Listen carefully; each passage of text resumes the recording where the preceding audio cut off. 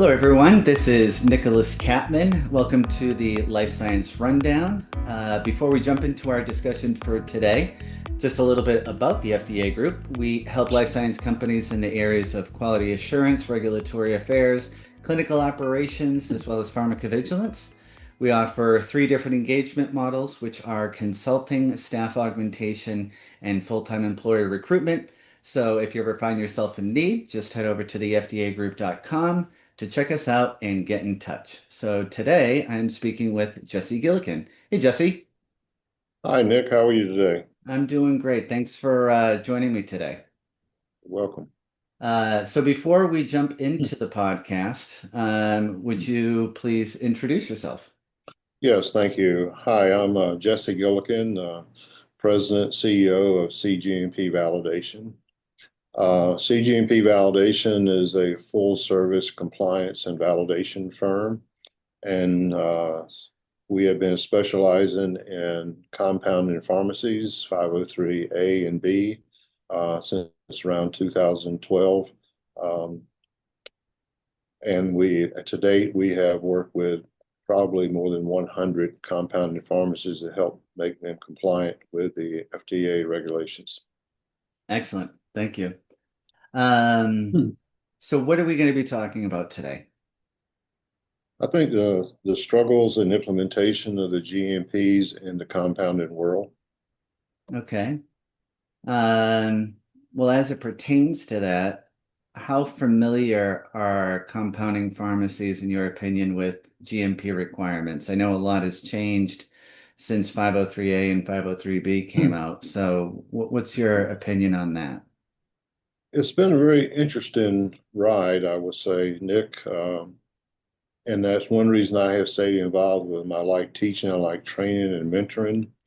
And even though 10 to 12 years is a long time, it's a short time in changing a company's and an industry's culture, if you will. The compounders play a very important role in our society, and I have a great deal of respect and admiration for what they're trying to do. But to come into GMP compliance has been very challenging for them. Hmm. Uh, the primary challenge in the beginning was accepting the need and the requirement to become GMP compliant. There was a lot of kickback. The next challenge was understanding the GMPs and their implications. Next was the cost for testing of raw materials and finished products and validations. The advantage to the compounder, as in 2014, when the guidelines came out for 503A and 503B, the compounders are now can make non-patient specific medications and sell them across state lines. So there was an advantage to them for the FDA getting involved. You ask about familiarity of compounders with current GMP requirements. It's been a constant learning curve. This has been a progression since 2012. Compounders are now accepting the requirements to be GMP compliant. But even after 12 plus years, the learning curve is still pretty steep. Mm. Um, well, I know when this all kind of started with New England compounding and the FDA started running around issuing warning letters saying people weren't complying with 210 and 211. You had half of industry saying we'll comply, and then you had half saying we're not manufacturers. So I think it was a good outcome that they came out with the 503A and 503B requirements. Um, but to your point, it sounds like there still is a learning curve and still, companies that need to get up to compliance with those regulations. So, where do compounding pharmacies generally get the information they need about GMP standards and updates? Well, one thing I've been impressed with the compound is basically everybody knows everybody, and they're a very tight group. They are competitors, but they share information readily with each other. And more than any other group I have dealt with, they attend FDA meetings and conferences readily. They are extremely well read on guidelines.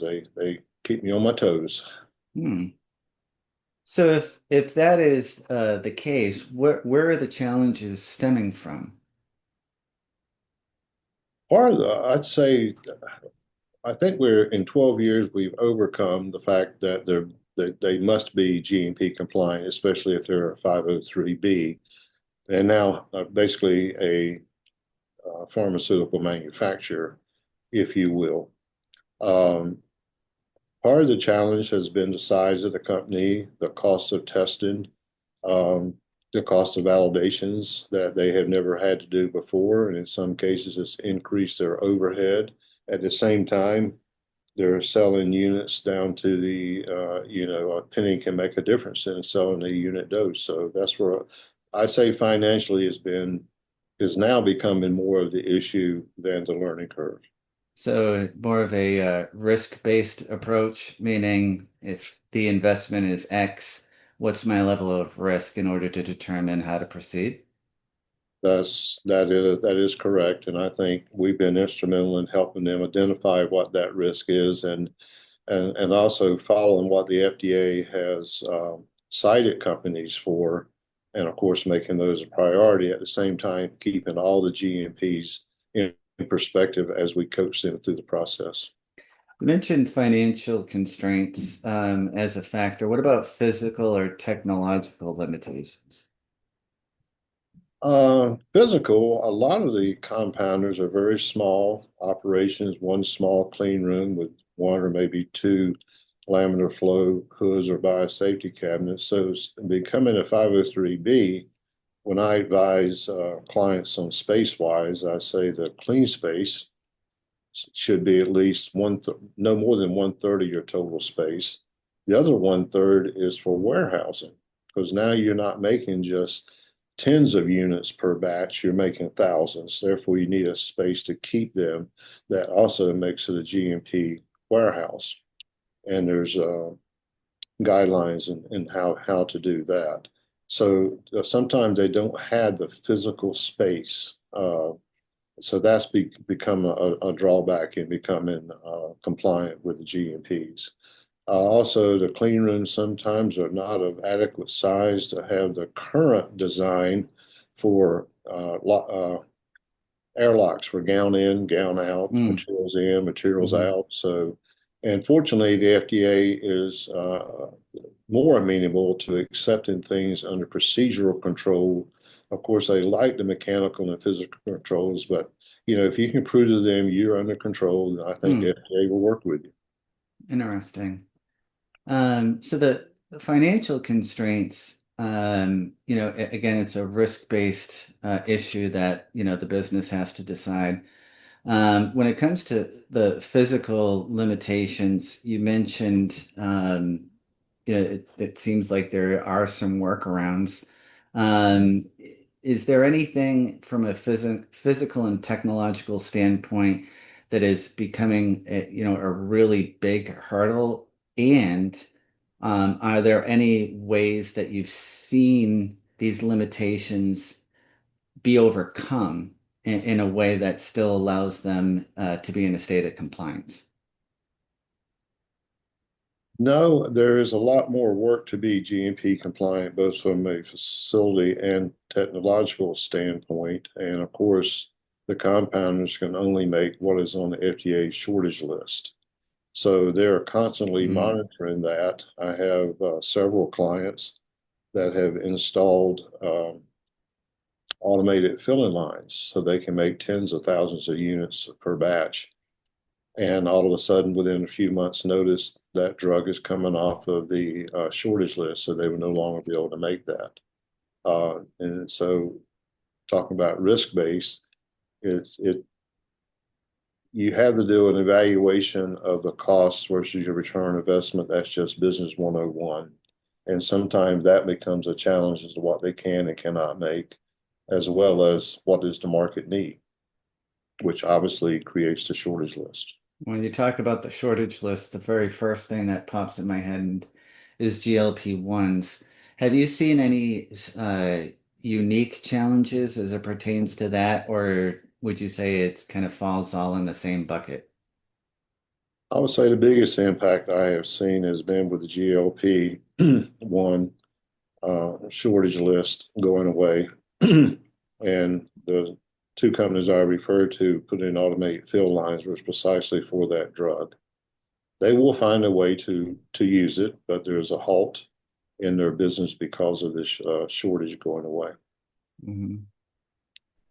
Um, we talked about financial, physical, technological constraints. What about personnel? Training, systems, things of that nature. Can you speak to that? I think for the most part, the compounders have adequate staffing to do what they do. In other cases, additional staffing is needed primarily in the areas of quality assurance. Environmental monitoring is a big one because compounders at one point had their rooms certified every 6 months and a handful of samples taken. And now, anytime you're in production, you have to do environmental monitoring. So some of these people, compounders, have had to add 1 to 2 resources to their staffing, which obviously then becomes an overhead, in addition to the supplies and testing it takes to maintain that level of compliance. You mentioned environmental monitoring. Are there any other processes, procedures, SOPs, documentation that seems to provide more of a challenge than other areas? Um, there was a 2 or 3 major differences in becoming 503B. One is the environmental testing, baseline studies, routine monitoring that we talked about. Another was media fills. Um, Compounders used to have a test kit per technician that they qualified, and now the media fills are more process related, not batch specific, but process related. Process validation, where once the process is validated through media fills, each product must then be validated, is very new and costly to the compounders.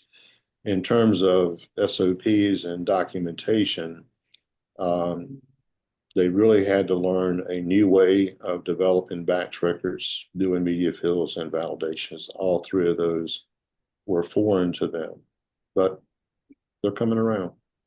How are the compounders currently managing quality assurance and batch records? Where do gaps exist? What's the current landscape? And, for the audience that's listening, what would you like to share with them as it pertains to that? I'd say most, if not all of them, have a person assigned to and or delegated to quality assurance and review of batch records. Um, as evident in most of the FDA inspections and warning letters, there's still, and this is not just for compounders, just throughout our industry. Often there's a lack of thorough evaluations of failures and deviations.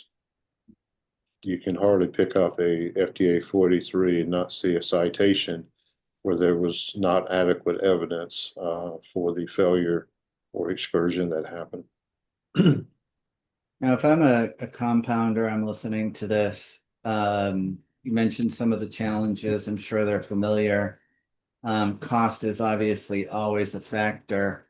When it comes to being compliant, as I'm listening as an audience member, what are some of the primary cost drivers in becoming GMP compliant? I'd say some of the biggest costs, other than what we've already spoken about, environmental testing and so forth, is the cost for testing raw materials and finished products. For many years, the compounders did sterility testing on their products, and that was all. They did not perform assays. And they now do, and they've accepted that, as well as testing their raw materials, and that comes at a large price. Of course, compounders are in business, and the larger the batches, the more raw materials, because the same amount of testing applies to some degree, regardless of the size of the batch. Okay, so the larger the batches, the cost per unit with overhead comes down. Whereas a compounder, a batch of 2 to 3,000 vials or syringes is a typical to large batch size. I mean, they used to be making, 10 vials for Dr. Smith. Whereas you have the large pharmaceutical companies that are making hundreds of thousands or sometimes millions of tablets per batch. And so the overhead cost for the testing uh, is often a major consideration to the point to that today, some of them still cannot afford to do that testing because they don't have the product line or the volume to do so. So then what do they do? They're just waiting for the 483, I guess. Okay. Is is there anything they could do in order to achieve, maintain compliance and still be able to operate profitably and scale operations? I gotta admit, they are struggling with that. The GMP bar, as we call it, there is a bandwidth, but there is a bottom. And the fact that you just don't test your raw materials is not acceptable. One way around that is to buy more raw materials that you with expiry period, and the expiry period can be retested and extended. So the more raw materials, of course, that then relates to the warehousing space, one thing after another. So it has been a struggle in the last 12 years. That sounds like a long time, but in terms of changing an industry's culture, it's not a long time. Let's talk about culture. What is the current mindset of compounders? What does the culture look like, especially as it pertains to compliance with GMPs? They're becoming GMP compliant. Um, I'd say right now the biggest issue is the cost. The knowledge gap has closed. Um, I did an audit not long ago where they did stability studies initially in their product, and they haven't since then. And that's been like 8, 9 years. And I asked, why have you not maintained this very important quality system? They simply said they couldn't afford it. Hmm. So So, what is leadership generally doing with these types of challenges? How are they able to continue business, make an attempt to be compliant? Where are you seeing some of their prioritization? Where are you seeing some of their deprioritization? I'd say I think every pharmacy I have dealt with, some have been as small as 3 employees, some as many as 300 employees. Uh, a lot of the pharmacy owners are still in the day-to-day operations, and they're the ones that had to be convinced that the FDA was here to stay and we must be compliant. Uh, the owners make the major decisions, and prioritization is usually based upon cost. Are there areas of external support that compounders can leverage in order to give them an advantage? So as stated above, the compounders are very active in attending FDA meetings and conferences and conferring with each other. They're also very receptive to using consultants and contractors. I will say they're trying to do the right thing, and of all of the clients we have now, they're really not resisting the fact that they have to comply. Um, I have a checklist that I go by to educate them and guide them through the process. And when I developed that 12 years ago, since then, I've seen citations against each one of them as we've come down the list. So I would say the positive is that they're no longer fighting the FDA in being compliant. They've accepted. Now they're just trying to learn what to do and a way to pay for So just to expand on what you just said, what is their overall perception of FDA inspections and warning letters? it. That was a little chuckle because, and I've always had a great deal of respect for the FDA. I've learned an awful lot from their conferences and inspections that I've been involved in. Um, How they perceive the inspections, this too has changed for the better, and more so using the inspection reports for learning and improvements versus just thinking that the FDA is picking on them. I've heard that from basically everyone. Mm. I think the main concern they have with the FDA now, and I currently have one, or the main pushback is that response to the FDA are not always addressed by the FDA. And as much as a year later, a warning letter appears. And the fact that they responded in earnest, they felt like they had responded adequately and don't get a response from the FDA, and all of a sudden this warning letter appears, yes, up to a year later. So I think this has gotten a little better, but as I said, just heard of one a couple of weeks ago. Okay. Well, just to kind of maybe take one step back about external support, one thing I'll share to the audience is the FDA group does have a white paper under our resources category to help compounders um, become compliant. That's a resource. And then Jesse, you and I have known each other for, I'm gonna say a couple decades. And so I've got a massive amount of respect for cGMP validation and the support that you can provide to compounders. And obviously we're similar companies, different in our kind of capabilities. And obviously we provide support to compounders too.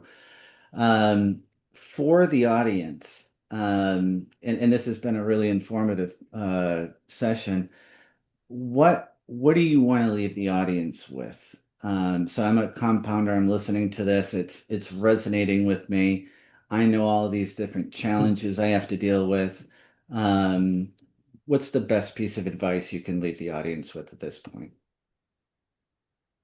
I think the best advice, and I think they're doing that, is to continue to talk among themselves and with the FDA.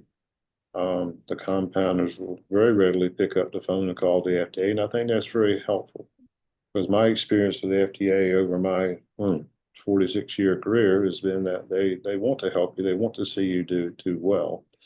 The first compounder I assisted to a district office in Atlanta in 2013. I didn't realize during my presentation I was sitting next to the district director. But when I finished, he gave me his business card and he says, I want to see this pharmacy be successful. We want an icon in the Southeast, if you will.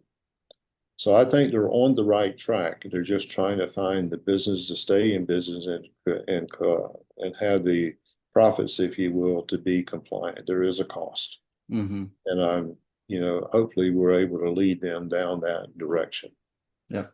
Sometimes they can't afford to make a drug that's a very small volume that's needed because they can't afford the overhead that GMP compliance requires. Therefore, continues to be a market for the 503As, which are still patient specific, less GMPism, if you will, and therefore cost. So I think they're doing the right thing. That's the reason I've dedicated the last part of my career to helping them. Yeah. Awesome. Well, Jesse, I really appreciate you taking some time to speak with me today. Like I mentioned, I think this is really good information and it's encouraging. So, for everybody listening, as always, if you find conversations like this valuable, please share it with a colleague or your professional network. If you haven't already, subscribe to get updates of new episodes at thefdagroup.com/podcast and follow the FDA Group on LinkedIn. Thank you so much for tuning in, and we'll see you all next time.